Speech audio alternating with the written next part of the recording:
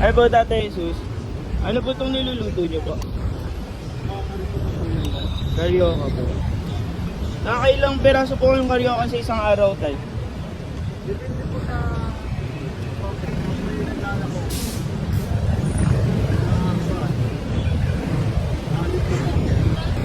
Ano oras po kayo nagbubukas dito, Tay, sa recto? Depende sa price. Depende sa pagmura. Maaga. Yung pag-maiklit naman. Magkano po yung turon ninyo, Tay?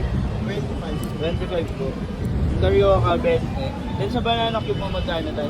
May 25. May 20. Oh. Depende sa laki. Depende po sa laki, no? Apa?